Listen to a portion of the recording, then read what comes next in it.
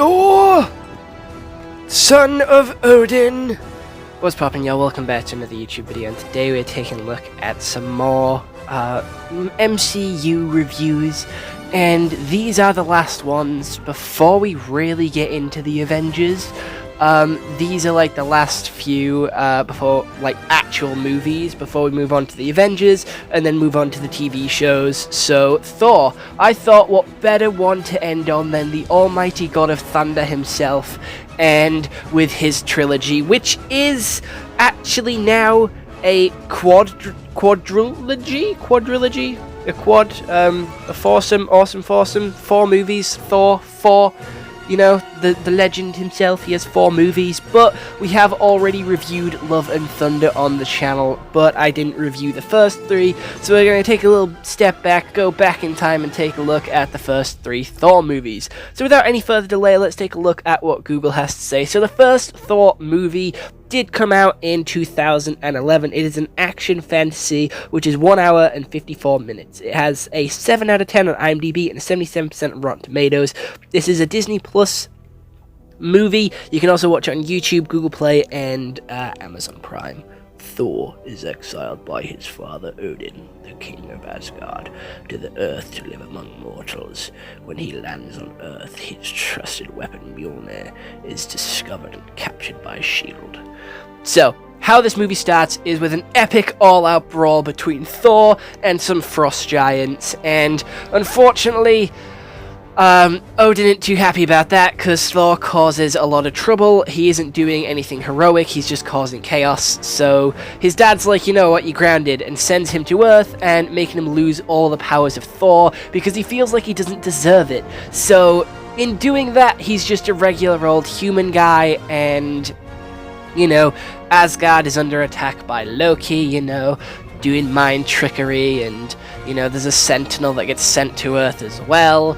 And Thor is starting to build a little bit of a relationship, becoming accustomed to being a human, and he's learning, like, ways from Jane Foster and her sister and her father. He isn't, you know, he's used to the Asgardian customs, and they're teaching him how to be human, how to be real, how to be, you know, a regular guy, and it kind of works, and then they get in trouble because a sentinel comes to attack them, and Thor proves his worth and is able to wield Mjolnir again, and then he becomes the god of thunder, and then goes back to Asgard and stops Loki from taking over the throne.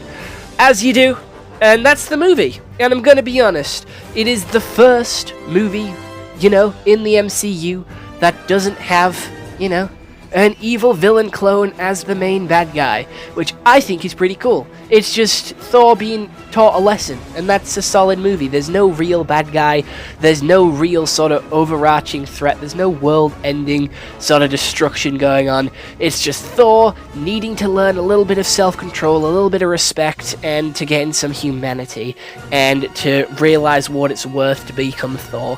And you know what? That's a good message. That is a good message for a movie. The clothing, costumes, and set design for this movie are also really solid. Looks really cool.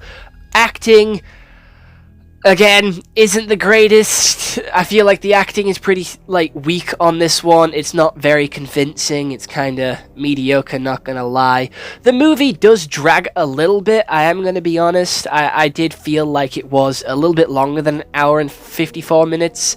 I feel like it was more or less like 2.5 hours when watching it, and that was like how I felt with just how long it took and how long some scenes were. It was pretty strange seeing a very, very young Chris Hemsworth, who isn't as jacked as he is now. He felt a little bit skinnier than he is normally, but it was nice to see him with the long hair again. Chris Hemsworth with long hair is quite handsome, and you know, long hair king here as well. You know, got these long luscious locks on me, so keeping it close to home with this one. The effects are pretty cool, to say it is a 2011 production, and the message of, like, Thor sort of, you know, proving his worth, showing that he is worthy to wield Mjolnir, and how it's not just like because you're worthy, it's because of your actions that make you worthy, and that's what I like. It's like showing that Thor could change and he could be an asshole and then he wouldn't be worthy anymore. It is like how you go about your day, how you live your life makes you worthy. If you can do something, you should do something, you know? Sort of going around helping people because you can help people is always the best way to do it. Don't just, like, ignore people that need help, like, when you can help. It's a good message, it's a good movie, but goddamn, the human scenes, which is majority of the movie, is really boring. Seeing just Thor growing used to human customs is boring, not gonna lie. I'm gonna be honest.